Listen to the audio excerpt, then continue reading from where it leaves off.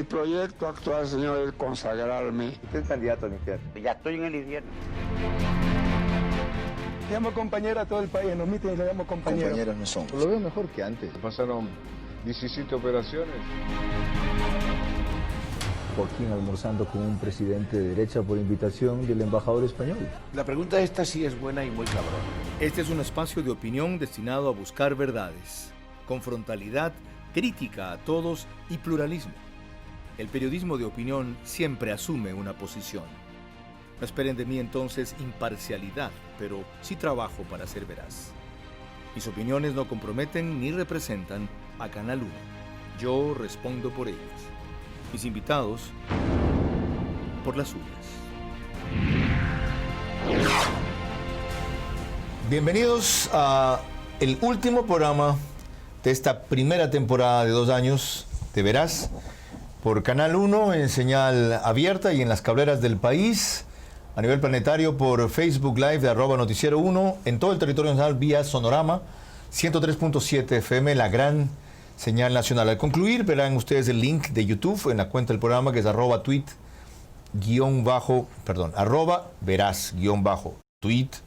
y la mía que es @CarlosVeraReal.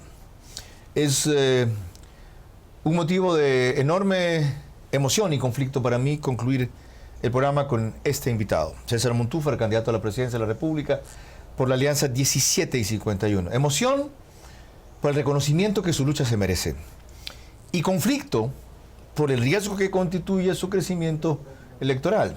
Como se explica eso ya lo verán. Antes, permítanme una vez más agradecerle a Canal 1 por el hospedaje que me dio, a Marcel Rivas por la irrestricta libertad de opinión mía que respetó y honró. Es la tercera vez en la vida que concluimos un proyecto conjunto y jamás ha sido por problemas de contenido. No voy a recordar las otras 2 ocasiones, 89-90 y 95-96. Simplemente reiterarle mi gratitud, mis deseos porque los problemas que enfrenta se resuelvan y porque este canal siga en las mismas manos y no cambie a peores manos. Su situación es de liquidación, lo que no significa fin de la empresa, y sus compromisos con el Estado y sectores privados son conocidos. Pero no es por eso que concluye aquí mi ciclo. Yo he concluido mi tiempo de contrato y mis obligaciones con el canal cabalmente. Un último motivo de reconocimiento a Marcel.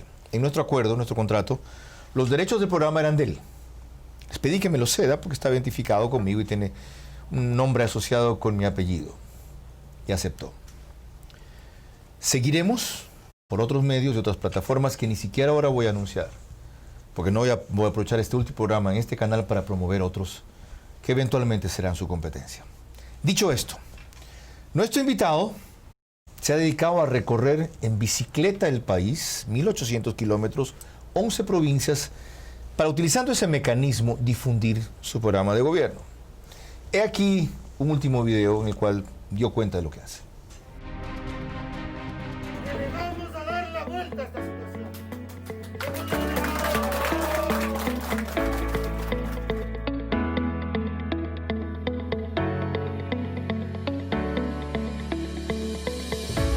Buenos días, señores. Yo soy César Montúfar, candidato a la presidencia de la República por Alianza 17. Gracias, señor. Estamos dando la vuelta al Ecuador en bicicleta joven. Sentimos que las cosas iban como subiendo. Nos quedamos muy contentos.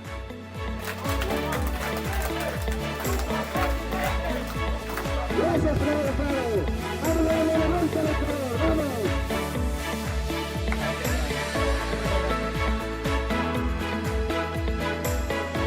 Todavía hemos tenido quizá el laboratorio más perverso de corrupción. Sin corrupción podemos cambiar el país. Yo soy César Montúfar, candidato a la presidencia de la República.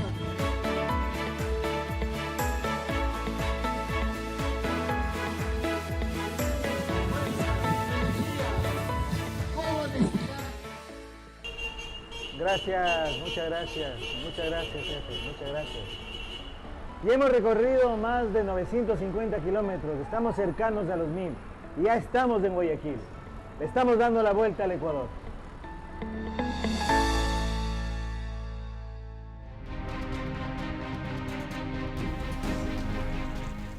Dicho esto, omito en detalle la biografía de César. Él fue candidato a la alcaldía en las últimas elecciones, ha sido una vez asambleísta, ha participado en 4 elecciones más, pero sobre todo ha sido un luchador contra la corrupción y por la democracia, a quien conocí y reconocí, aunque se graduó del mismo colegio que yo, pero 9 años después, cuando empezó solito, y le decían que está loco, con un cartel frente a la Corte Nacional en Quito, a luchar contra lo que devino en dictadura de Lucio Gutiérrez, solito.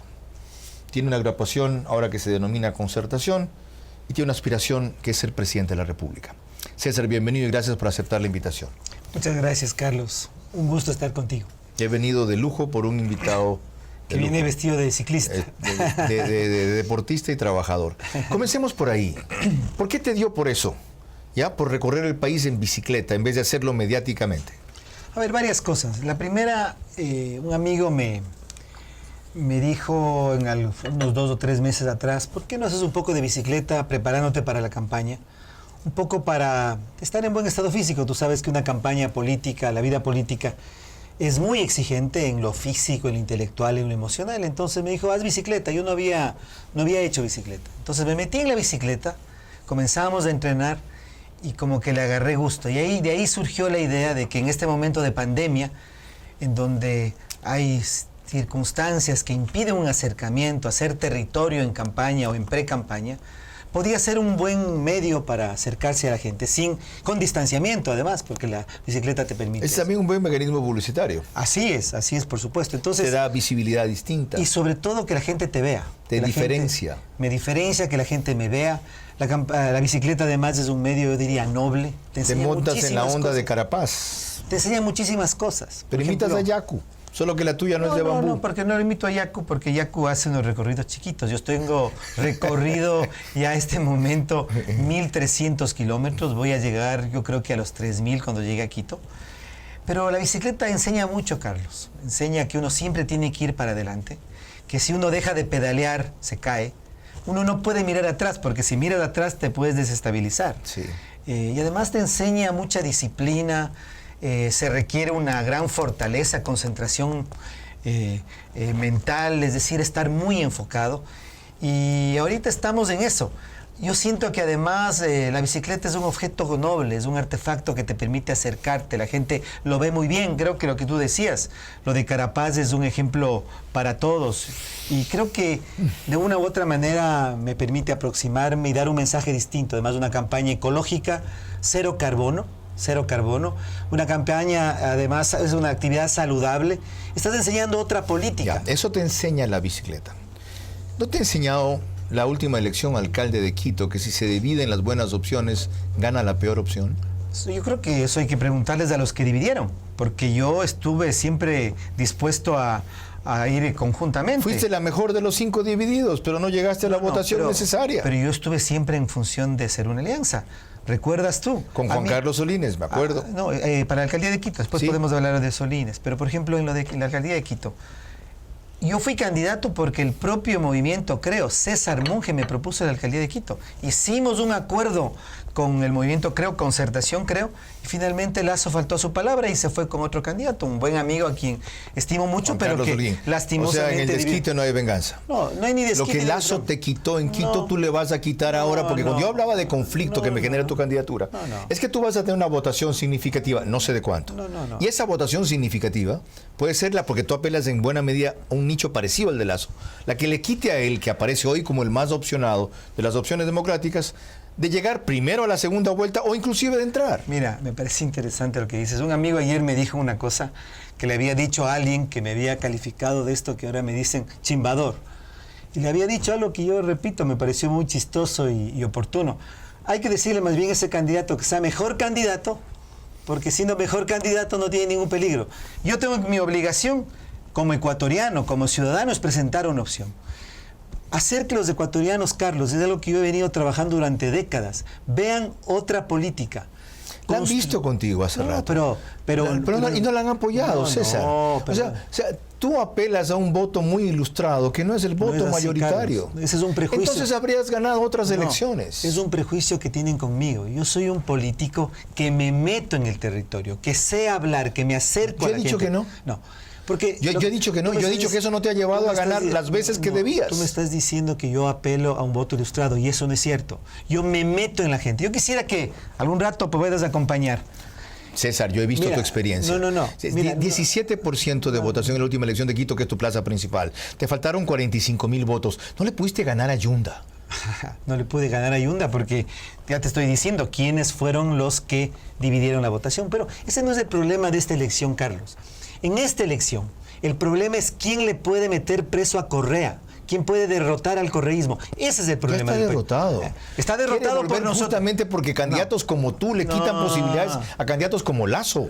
Lasso no es un candidato que le puede derrotar al correísmo. Lasso, mira, a ver, aquí es un tema doble. Para derrotar al correísmo, que nosotros ya lo hicimos, Villavicencio y yo. Si Glass está en la cárcel es porque le presentamos una opción, pero en el campo periodístico judicial. Una acusación penal. Si es que Correa tiene en este momento una sentencia es porque Villavicencio y Zurita hicieron una investigación que fue la base de Arroz Verde. Ciertamente.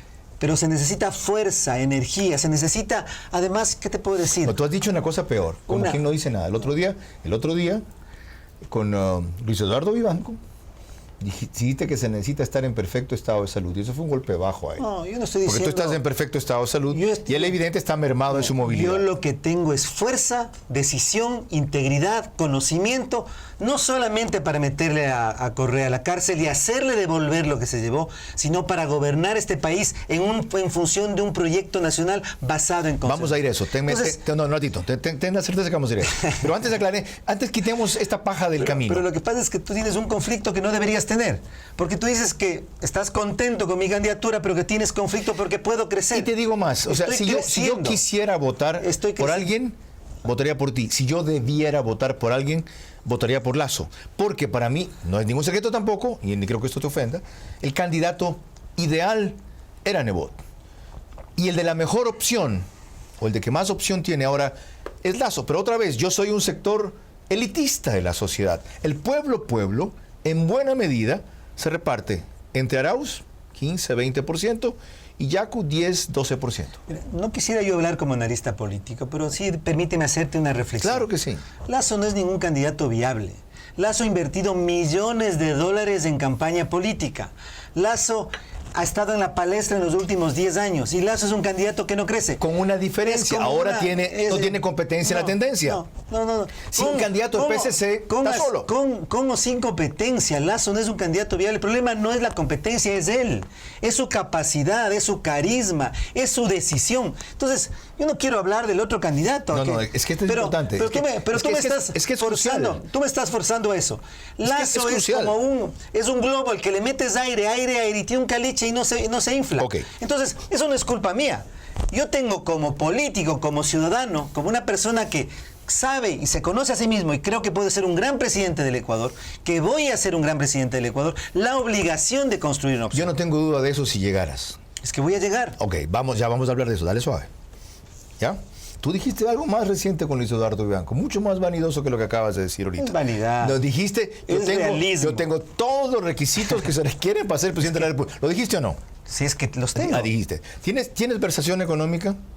Es que no es un problema de tener ¿Tienes versación económica? Tengo lo que un ciudadano informado. No lo dudo. ¿Tienes versación económica? No. Lo que puede tener. Lo que ¿Tienes estructura nacional? Entonces responde tú la entrevista. No, es que contéstame. Ya. ¿Tienes carisma? Eso no tengo que... El carisma es lo que les sale a los políticos del día en que ganan las elecciones, dice un buen analista político. Porque tú le dices a Lasso no es un buen candidato. No, lo que yo estoy diciendo... ¿Y lo que te falta a ti como candidato? Bueno, eso es lo que los electores tienen que decidir, pero eso no es lo que yo tengo que decir. Lo que yo te puedo decir, César, Carlos, eso tienes que suplir tú ahorita en tu campaña. Te has señalado 3 vacíos que hay y fíjate que podrían potenciar más la opción que ya tienes. Mira, en este momento el problema no es ni tener versación económica ni responder el examen que les pueden hacer a los economistas para resolver la crisis.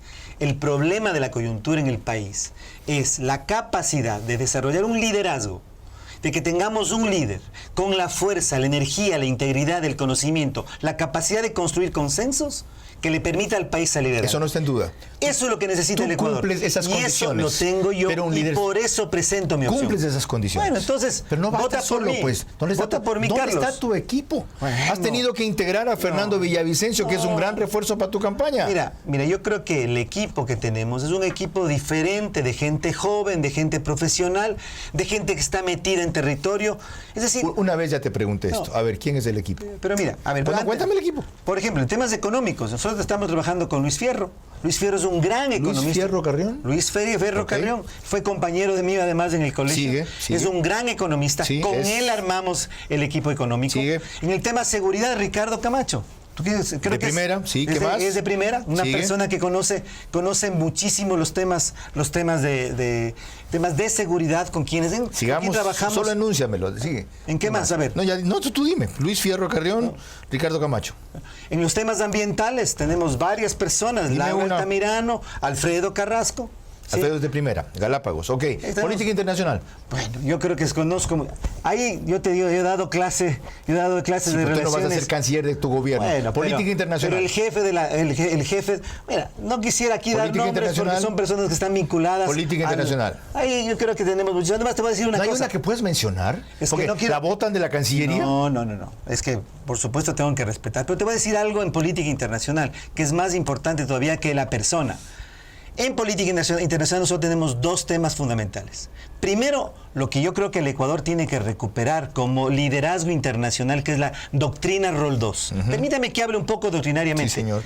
Porque el Ecuador, a principios de los años 80, cuando salimos de la dictadura a la democracia, fue capaz de liderar una política internacional basada en derechos humanos, basada en la promoción de la democracia, y hoy tiene que ser basada en la lucha anticorrupción. Que decía básicamente que no es intervención cuando en un país hay una violación sistemática y masiva de derechos humanos, porque entonces el principio de no intervención era una alcahuetería para esas tiranías. Entonces, mira, ahí... Y el otro tema era ese uno, y el otro tema internacional. El tema de la lucha anticorrupción. El segundo eje, que es un tema fundamental, que es una concepción geopolítica que el Ecuador tiene que desarrollar, y aquí tendría que decir, yo mismo he trabajado en esa tesis, que es mirar el Ecuador ya no geopolíticamente en el eje solamente norte-sur. Nosotros hemos pensado, quizá porque el mundo se pensaba así, pero no pensar el mundo en la perspectiva este-oeste.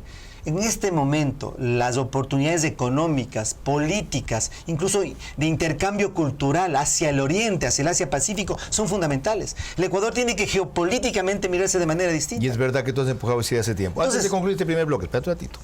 Estás acelerado, tenemos tiempo. César, hemos aclarado para mí el principal pero que algunos ponemos a tu candidatura. O sea que te voy a ganar el voto. Lo vamos a desarrollar. Más peligroso va a ser. Falta tiempo. ¿Ya? Yo le preguntaba recién a César Montúfar en una comparecencia de Al Día, ¿qué han logrado? Y miren, este fue el recuento que hizo.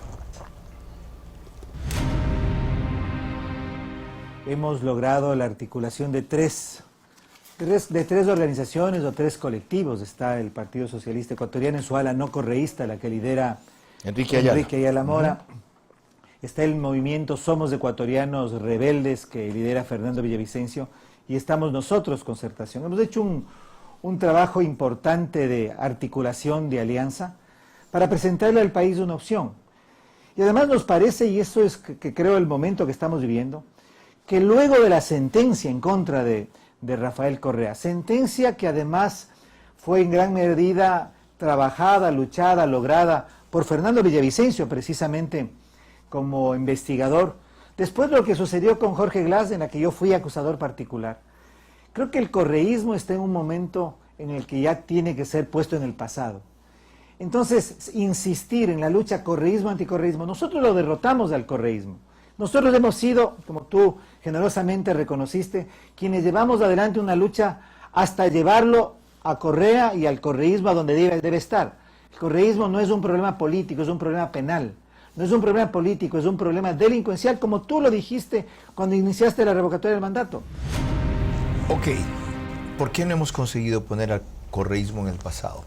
Es un hecho, podemos discrepar en los porcentajes de aceptación, lo que tiene un tipo desconocido por el simple hecho de ser el candidato de Correa. Fue un hecho lo que logró en mi provincia, en Manabí, Orlando, frente a dos caciques monumentales de allá. El uno era Estrada, el otro era Clemente Vázquez, simplemente por ser el candidato del correísmo. ¿Por qué no lo hemos puesto como debía ser en el pasado? Yo creo que porque en el Ecuador hay que tener la decisión de enfrentarlo también políticamente. Nosotros lo enfrentamos judicialmente y le ganamos judicialmente. Correa hoy es prófugo de la justicia.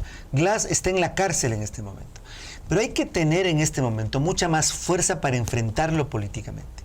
Te voy a contar una anécdota de estos días aquí en Guayaquil. Me metí a la bahía con mi bicicleta. La forma como yo hago este recorrido es, estoy en la bicicleta y al mismo tiempo perifoneo. Yo hago el perifoneo mientras estoy en la bicicleta. Genial. Y entonces la gente, y lo que digo es esto. Yo voy a traer al prófugo que está en Bélgica y lo voy a meter en la cárcel. Y le voy a hacer vomitar la plata que se llevó. Eso es lo que digo. ¿Y tú crees que a la gente le importa?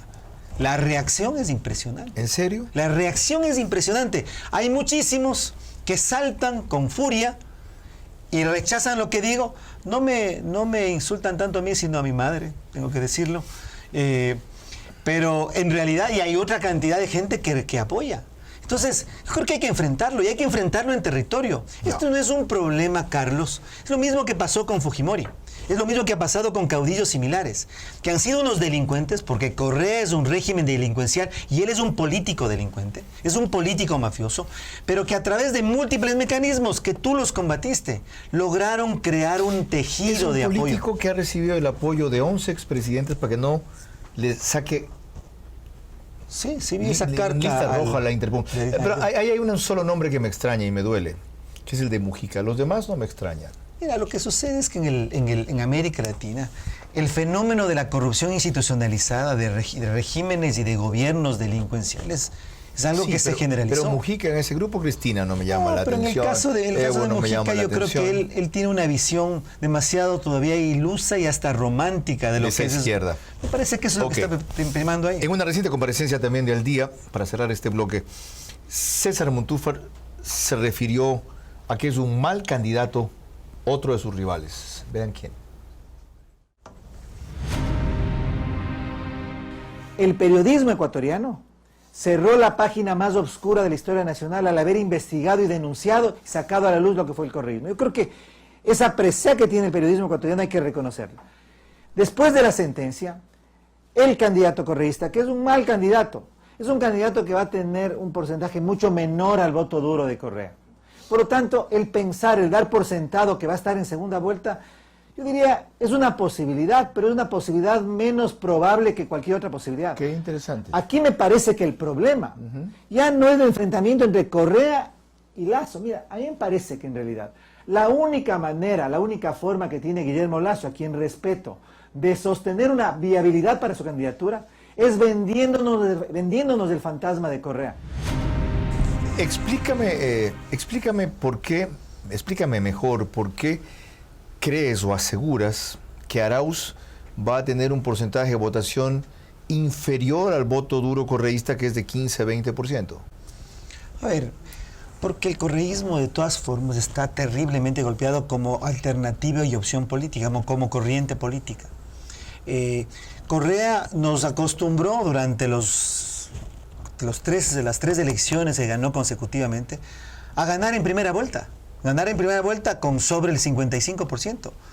Lenín Moreno pasó a la segunda vuelta en una elección cuestionada, con un porcentaje en discusión, pero con un piquito, con una cosa pequeñita. Arauz, en un momento en que el correísmo tiene posiblemente un 20-25% de apoyo nacional duro, va a tener incluso menos. Además está el candidato del movimiento indígena. Es curioso lo último que ha sucedido, que es que los líderes históricos de la CONAIE, o líderes como Vargas o como Issa, estén plegando al candidato correísta. ¿Qué quiere decir eso? Que le están arruinando la candidatura a Yaco. No solamente que la candidatura de Yaco está liquidada, que yo creo que está liquidada, sino que además están intentando inflarle al correísmo y ser parte de esa fuerza que quieren consolidar para que de una u otra manera tengan una opción. Lo cual es, perdóname, vergonzoso, porque si hay un presidente que humilló al movimiento indígena, que lo atacó, que hasta le quitó la sede, fue Correa. No solo es vergonzoso, es traicionero. Más con esto último que acaba de analizar César Montúfar cuando volvamos en esta apasionante entrevista respecto a candidato ideal, opción real.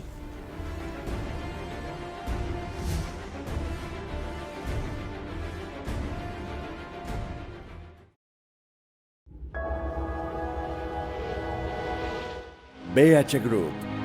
Servicios de asesoría, consultorías y representación legal, política, comunicación, negocios, imagen.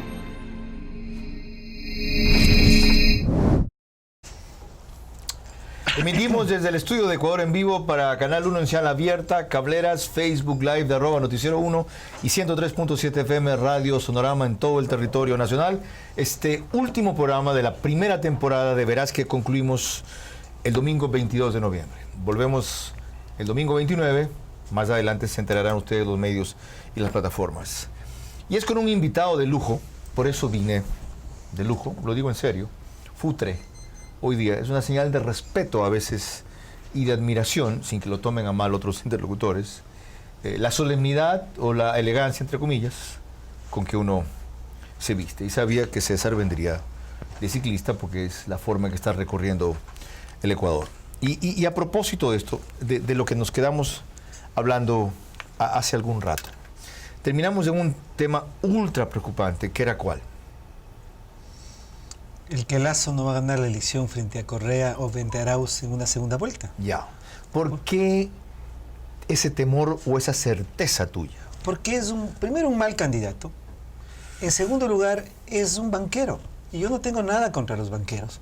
Pero es imposible que en un país golpeado post-COVID, que tiene millones de ecuatorianos ahogados en deudas, escojan la opción de un banquero que además está asociado a un sector muy fuerte de derecha, en un país que es en su mayoría un país progresista, no digo de izquierda, un país progresista. Te digo porque sí, puede pasar.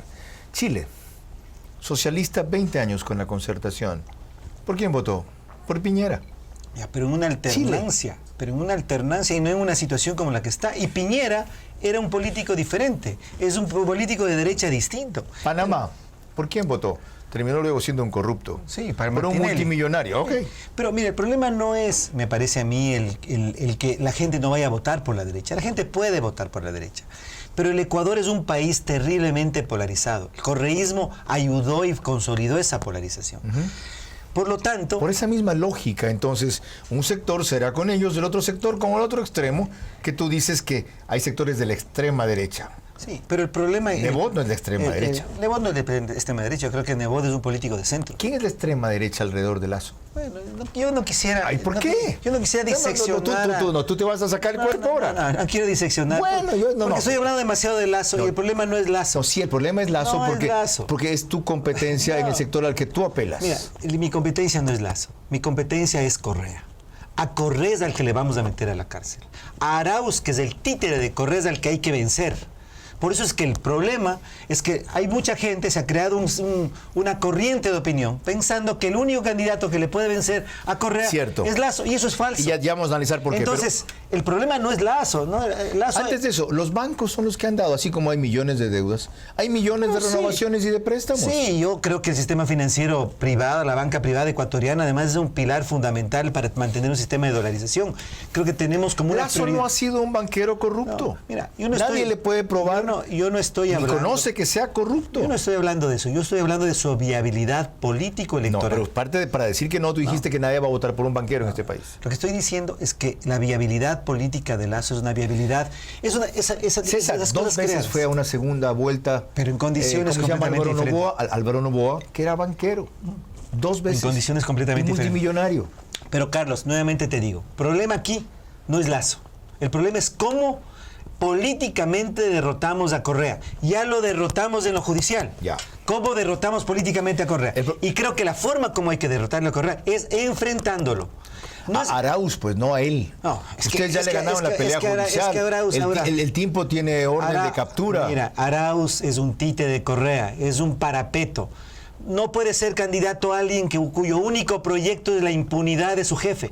O sea, Tú estás atacando al operador de la marioneta. Al jefe de la mafia. No, al jefe de la mafia. Ese ya está derrotado y condenado. Judicialmente. Al que hay que atacar es al que puede ganar. ¿Y sabes lo que ha dicho que va a hacer? Que lo va a indultar, porque es inocente el compañero Correa. Exactamente, por eso... Tú estás equivocando el objetivo. No, el objetivo es Correa. ¿Quién es el instrumento para viabilizar Correa? Mi promesa. Arauz. Mira, aquí está mi plan de gobierno. Aquí en mi plan de gobierno hay ideas sobre el país. Pero mi promesa de campaña, lo que yo voy a hacer como presidente, así como hice como ciudadano frente a Glass, es meter a Correa a la cárcel y hacer que devuelva la plata. Ya, ese es mi objetivo. El obstáculo para eso es el tema fundamental. Porque si no se le derrota políticamente a Correa, y por derrotarlo políticamente a Correa es apresarlo. Esto quiero que sea... enfatizarlo con más vigor. Derrotar políticamente a Correa es apresarlo y que devuelva la plata. Okay. Va a seguir suelto, va a seguir hablando, va a seguir generando política, conspirando. Logrando una carta de 11 expresidentes que lo apoyen, victimizándose, paseándose por todas partes. Los delincuentes tienen que estar en la cárcel, Carlos. Okay. Si no están en la cárcel, siguen fungiendo de seres y de personas que pueden opinar y que pueden hacer Tus respuestas me motivan. Otras preguntas, que esta no pensaba hacer. Si lo meten a la cárcel, ¿se incendia el país? ¿Por qué? Por el apoyo que tiene Correa. No. El apoyo que tiene Correa en este momento es porque la clase política ecuatoriana que no la ha enfrentado, está dejándole solo, le está dejando libre, le dejan actuar. Qué bien dicho. ¿Sabes qué? Permítame decir una cosa que esperaba que tú me digas y no la dijiste. ¿Sí vieron cuánta gente fue a protestar afuera de la Corte Nacional cuando fue el juicio a Correa? 12 personas. 12 personas. Ese es el apoyo que tiene Correa en Quito sin el aparato del Estado, represión y la plata nuestra. Ahora, acaba de tocar un punto César Montúfar, que es el que no vuelve viable su candidatura y hace parecer, según él, que haya una sola candidatura viable, que es la de Guillermo Lasso. Lo mencionó recién en Al Día así. También sé que las encuestadoras, algunas encuestadoras, me ponían 3% cuando tenía sobre 20. Es verdad. Porque lo que querían era, como están haciendo ahora, porque hay que decirlo con claridad. Sí. Tú me conoces, yo digo las cosas como son de manera frontal. Y para eso estás en vivo. Han creado un escenario de una ficción que es, hay un candidato viable y ese candidato se llama Guillermo Lasso. Pero eso es imposible en un momento en que tienes 65% de indecisión, en que tienes un candidato que se ha gastado millones de dólares en posicionar una imagen y que no ha podido cuajar como opción. Okay. Nosotros tenemos la fuerza, la propuesta, la integridad, yo te diría la convicción porque la política no es plata, Carlos, la política es voluntad, la política es ideas. Usted tiene algo mucho más importante. Y un tenemos ético fuerza. Y de lucha contra el correísmo y la corrupción, por supuesto que en que se jugaron la vida, no se jugaron los comunicados. Entonces, si aplicamos la misma lógica, cuando César Montúfar tenía 3%, en Quito, le daban 3%, terminó en 17%, es decir, aproximadamente 6 veces más. Hoy te dan 2%, tienes hoy me dan 12. 5. ¿Quién te da 5? Ahí hemos hecho varios análisis y tenemos 5 en este momento. O sea, lo que me dan. Yo creo que tenemos mucho más. ¿Cuánto? O sea, yo creo que estamos cerca del 10. Mira, eso es realista, qué interesante. Sí, yo creo que estamos ¿En cerca función del 10. de qué? En función de lo que hemos trabajado, en función de lo que hemos tenido históricamente, de lo que ha sido el apoyo que he tenido yo, el apoyo que tiene Fernando Villavicencio. ¿Por qué hacen campañas separadas los dos? No, hacemos si campañas juntos fueron un gran tándem. No, cuando ustedes dos fueron a rematar lo de Odebrecht contra Glass fue genial. Mira, en Manabí hicimos campaña juntos, vamos a volver a estar juntos, pero también tenemos que separarnos en términos de cubrir de mejor manera el territorio ecuatoriano. Entonces, estamos juntos. Ya que hablamos de Manabí, has escogido un luchador histórico de socialismo contra la corrupción allá. Pero fue un error apelar a un vicepresidente de allá y uno no de acá, por ejemplo, de Guayas y de Guayaquil, porque Manabí es una plaza casi entregada al correísmo. Yo te diría que no está tan ¿No entregada. sentiste eso? ¿Sabes que yo siento más apoyo al correísmo aquí en Guayas? Cuéntame eso. Es decir, en la calle. En la calle es curioso. Hay más apoyo en sentido al correísmo aquí en Guayaquil que en Manabí. Qué curioso, ¿cómo se exterioriza? ¿Cómo lo que la gente te dice. Ajá. Mira, yo en este periplo de recorrido hay un voto escondido interesante. Lo tuyo también es un voto escondido, no se puede llamar vergonzante. Hay mucha gente que va a votar por Montúfar y no lo dice por temor de apoyar a alguien a quien califican de chimbador. ¿Ya? Pero va a votar por Montúfar. Sí, yo creo que voy a tener una votación. O sea, ya en este momento tenemos un respaldo impresionante. Y ese respaldo me parece a mí que es un reconocimiento a una capacidad. Yo te preguntaba por qué sientes eso en Guayaquil. Ah, lo de Correa. Sí, cuéntame algo de eso. Sí. O sea, porque, por lo que he hecho, o sea, me he metido... No, pero ¿qué dice la gente? ¿Qué manifestación de grita Correa, me insulta. Hay gente que sale muy fuerte a apoyar. Me dice, usted fue el que le metió preso a Glass. ¿Cree usted que le puede derrotar a Correa? O sea, aquí notas más agresividad de la gente a favor de Correa que en otras partes. Y también mayor efusividad de apoyo a favor mío. Qué interesante. Las dos cosas al mismo tiempo. Hablemos de otro rival tuyo que está en carrera también, al quien nos hemos referido tangencialmente. Y tú en esa entrevista que tuvimos hace más de un mes, que fue especial, citaste, me refiero a Yacu Pérez.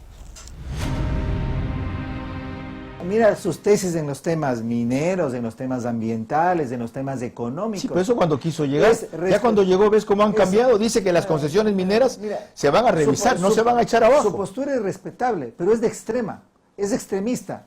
Y el punto aquí principal, y por eso es la viabilidad de nuestra candidatura, es que la salida a los problemas del país no van a venir de ninguna imposición, ni de derecha ni de izquierda. Tienen que venir de un acuerdo nacional, de una postura nacional que funde en el Ecuador por primera vez políticas de Estado de mediano y largo plazo. Y que haga una cosa más.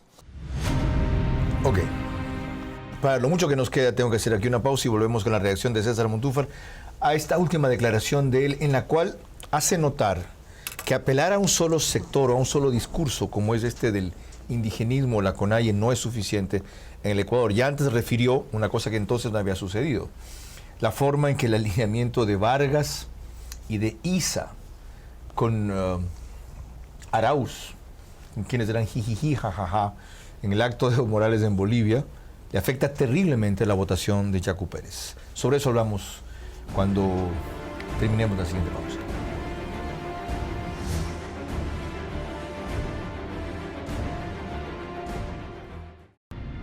Verás es retransmitido simultáneamente por Sonorama FM, la gran señal nacional.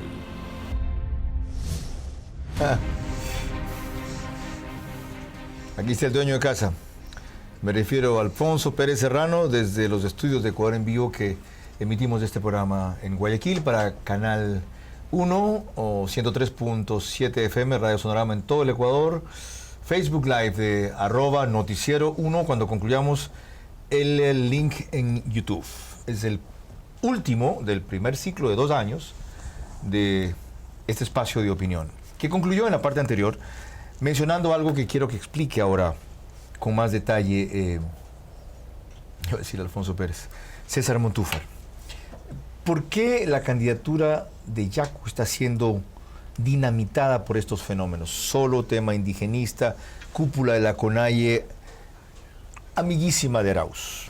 A ver, yo creo que Yacu Pérez fue un candidato que tenía una enorme viabilidad, muy riesgosa, porque su agenda es radical y su agenda es muy hacia la izquierda. Pero creo que las broncas internas del el faccionalismo del movimiento indígena conspiran contra él de manera, yo diría, increíblemente poderosa. Y me parece que su candidatura se desinfló. Es como ese video de él en la moto estrellándose. Eso es lo que le pasó a su candidatura. Y está en franca caída. Está en franca caída. Por eso yo te digo, Carlos, que dentro de poco yo voy a estar claramente en el pelotón de arriba. Porque en realidad va a haber 3 candidaturas en esta elección. La candidatura de la derecha, la de la delincuencia organizada y nuestra candidatura de centro. Esa va a ser la opción. Y por eso solo nosotros tendríamos la posibilidad de ganarle a Correa en la segunda vuelta, enfrentándole directamente. Analicemos un poco más de este fenómeno de Yacu Pérez y la forma en que le están haciendo daño esos radicalismos que no son otra cosa que correísmos. Dijo Jaime Vargas al aclarar esta cuestión de Bolivia, que le reclamen a Evo, que Evo los invitó, que si estaban en el mismo acto Arauz, él e Issa, no podían hacer otra cosa que confraternizar. Bueno, yo creo que uno no puede confraternizar con delincuentes, o con quien está avalando y representando a un delincuente como Correa. Además de alguien que atacó al movimiento indígena. Es decir, me parece una respuesta impresentable. Ok, vamos ahora a otro programa de gobierno. En una reciente comparecencia con Luis Eduardo Vivanco en La Posta, en Castigo Divino, empezaste a esbozar algo respecto a uno de los aspectos económicos, que es el tema tributario, así.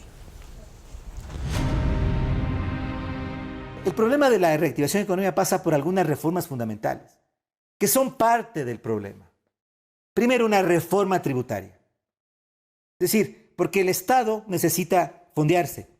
Yo no voy a subir el IVA, no voy a bajar el IVA tampoco. A un sector de la élite ecuatoriana le gusta pensar que vive en el primer mundo y quiere un Estado del primer mundo. Pero en el primer mundo los estados cobran impuesto al patrimonio. Tú miras el impuesto a la renta y ahí está el problema. Ahí está el tema que tienes que atacar.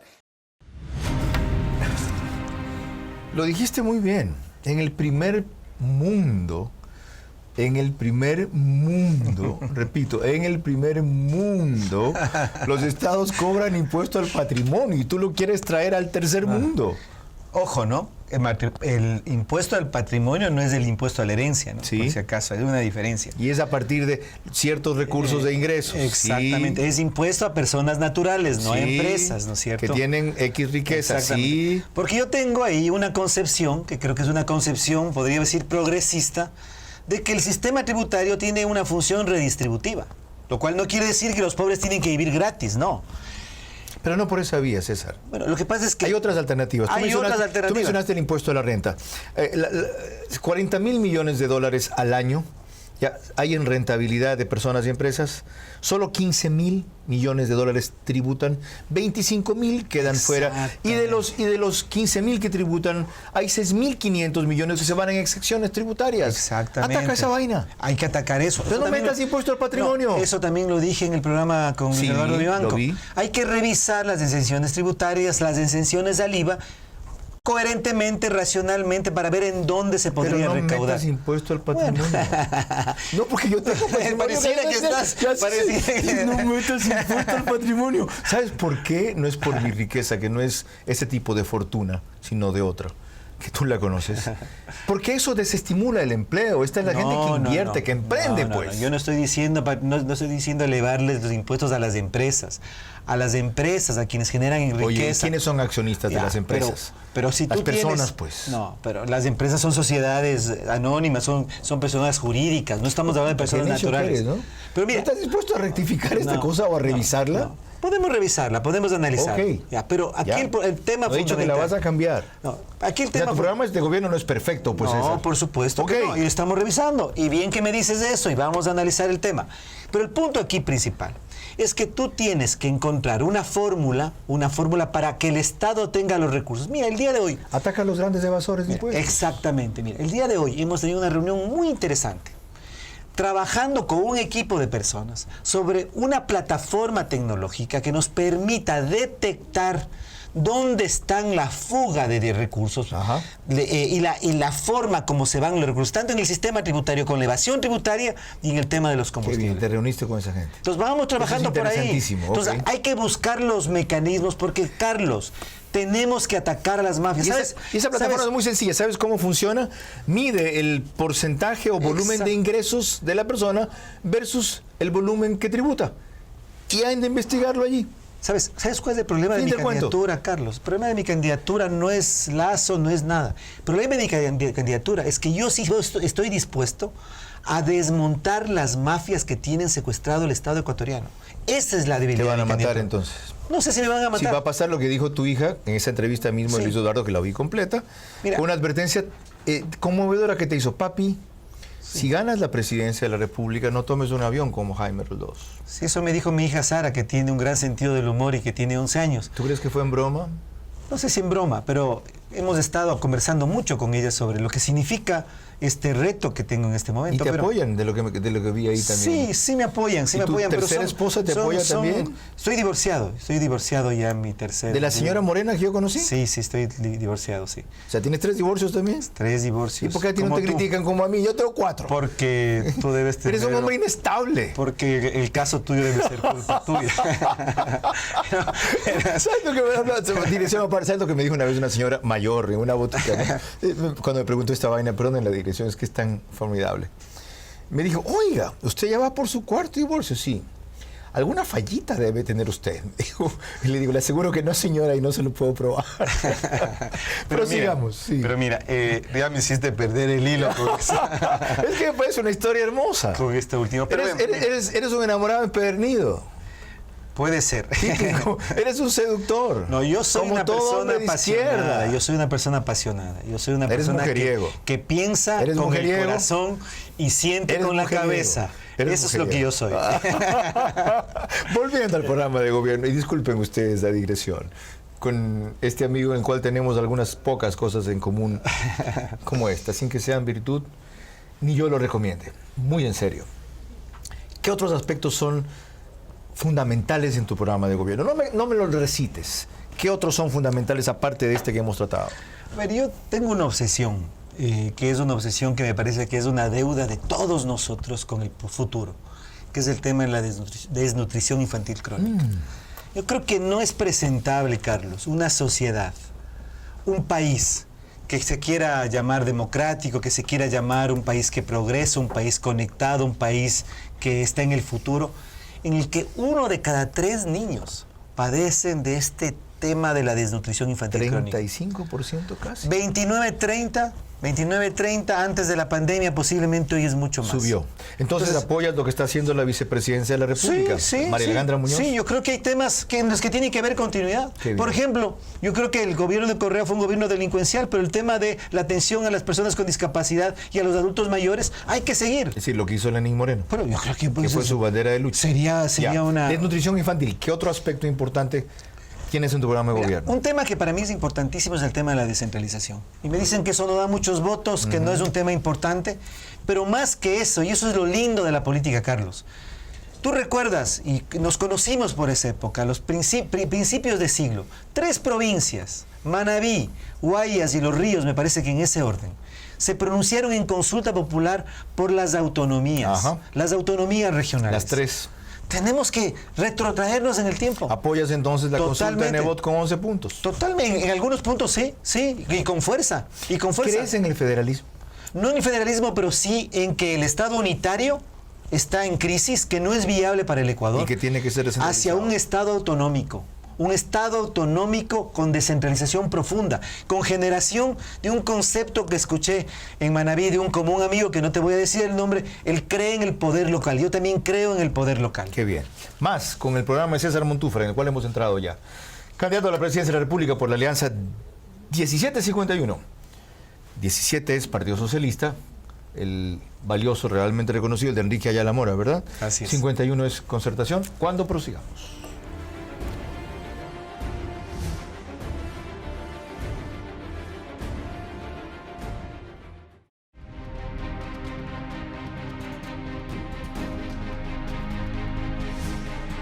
Ojo, el derecho al silencio. Bueno, hay trances fuera del programa que a veces son más divertidos que el programa, que no es divertido, ciertamente. Pero creo que ha sido muy formativo respecto a una opción seria para la presidencia de la República, sobre los cuales ya han oído ustedes mi opinión. Pero lo que quieren saber es la de él sobre los problemas críticos del Ecuador. Hemos hablado algo de lo económico, sobre lo tributario, hemos hablado algo de nutrición infantil. Una tercera prioridad. Yo creo que el tema, un tema central, el tema de la seguridad social. Yo creo que el Ecuador ahí es un tema complejo porque hay 2 problemas estructurales. El tema de la curva demográfica, o sea, el número de jóvenes versus la expectativa de vida y la necesidad de tener un sistema de seguridad social que pueda financiar a los jubilados. Y segundo, el tema de la estructura laboral. Pero más allá de eso, en este momento, que es lo que yo me comprometo a hacer, porque lo otro son temas de mediano alcance, es cambiar la forma de administración y de gobierno del IES. Ahí coincidimos con la propuesta de Nebot, debo decirlo. Pero desde nuestra perspectiva hay que cambiar la ley. O sea, que la manejen los afiliados, porque el IES es de los afiliados. Exactamente, los afiliados y los jubilados. Y votan ellos y escogen una administradora profesional. Exactamente, esa es la propuesta. Eso significa que el Consejo Directivo del Instituto de Seguridad Social va a tener 5 miembros. 3 de los afiliados y los jubilados, de donde vendrá su presidente, uno del empleador privado, o de los empleadores privados, y otro del empleador público, que no será designado por el presidente de la República, para que no sea quien ha saqueado. Sí. Y que yo propongo que sea designado por el legislativo. De la cabeza empieza el saneamiento, Elías. Coincido. Todo lo demás se puede discutir, pero si la cabeza no responde a la visión de transformación, estamos jodidos. Aquí en la pausa hablaba uno de los elementos o del personal de Veraz. ¿Qué posición tienes tú frente a la inseguridad? A ver, mira, en el programa nuestro de gobierno tenemos una propuesta que es doble. El tema de la seguridad pública, que es en sí un problema. Entonces tienes que fortalecer a la policía. Yo creo que la fuerza pública, Policía Nacional, tiene y merece el fortalecimiento necesario para combatir a la delincuencia. Pero hay una faceta... Es curioso que no tengas el típico discurso de izquierda, que es hay que combatir la pobreza, que ciertamente reduce los niveles de inseguridad, hay que generar trabajo, pobrecitos los derechos humanos del delincuente. Hay que fortalecer la autoridad de la policía. Yo creo que eso es algo fundamental. Eso significa, por el tercer, control y represión. Control, diría, y represión cuando es necesario. Las dos cosas hace la policía, control y represión. Sí. Pero hay una segunda faceta, Carlos, que a veces nos olvidamos, que es el de las violencias. Porque la violencia no es solamente fuera de la calle, no es solamente en la calle. En este último año de pandemia hemos visto el aumento de femicidios, hemos visto la violencia doméstica como un serísimo problema. Sí. Entonces las dos cosas tienen que estar dentro de una estrategia de seguridad. Nosotros vemos estos dos temas como dos lados de una misma medalla que tenemos, sobre el que tenemos que trabajar. Y sobre los temas de moda y conflictivos. Medio ambiente.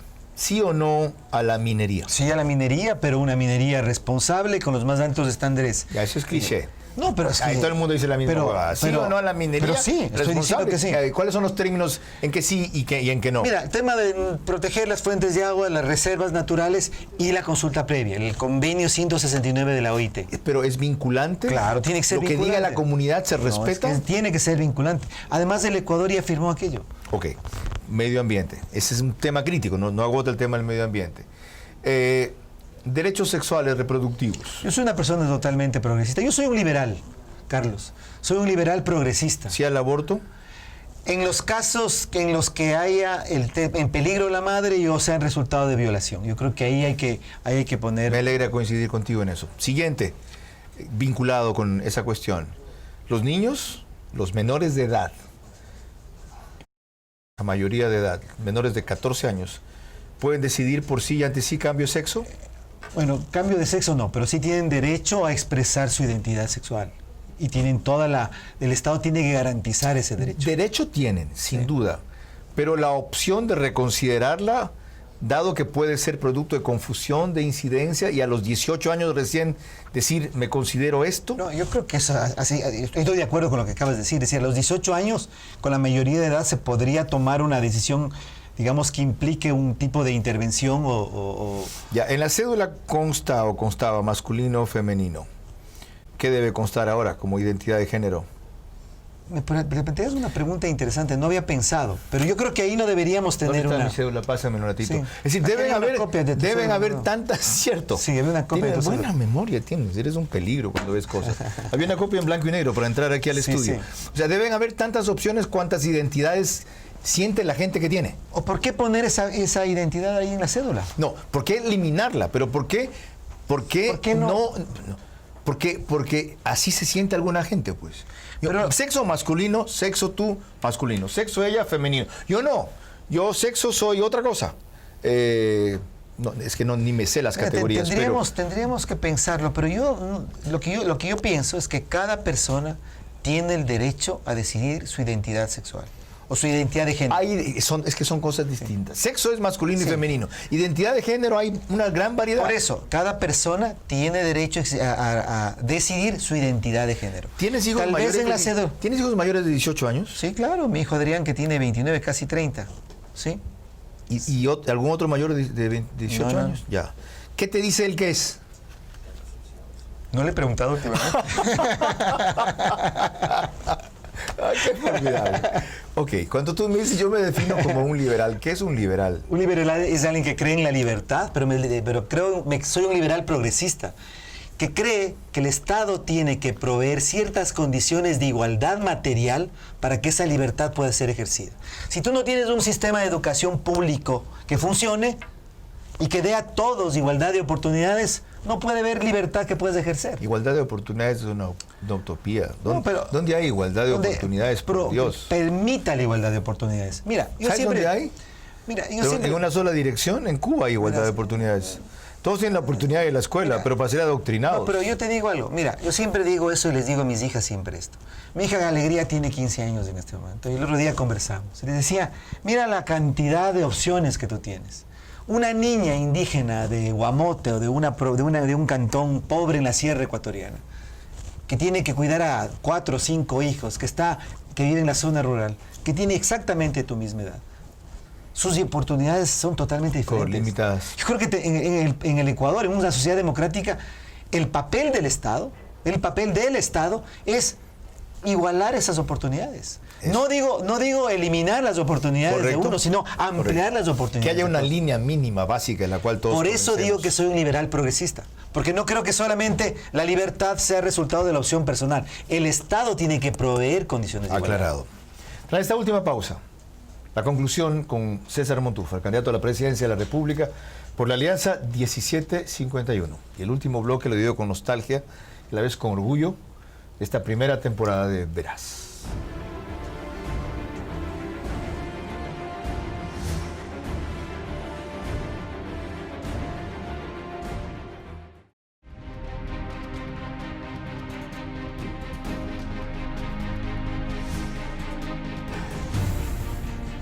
Bloque final de Verás que se emite por Ecuador en vivo con César Montúfar, candidato a la presidencia de la República por la Alianza 1751. Invitado de lujo, creo que lo habrán comprobado. Si coinciden o no con él es una cosa que tienen que decidir. Y cuando revisamos la lista de temas pendientes, hay uno que no podemos dejar fuera, no solo porque fuiste candidato a esa alcaldía, sino porque la situación de Quito es terrible. Hablaba con Bernardo Abad el otro día y le decía, ¿por qué no revocan a Yunda? Me dicen, ha habido 3 propuestas revocatorias, no ha pasado ninguna.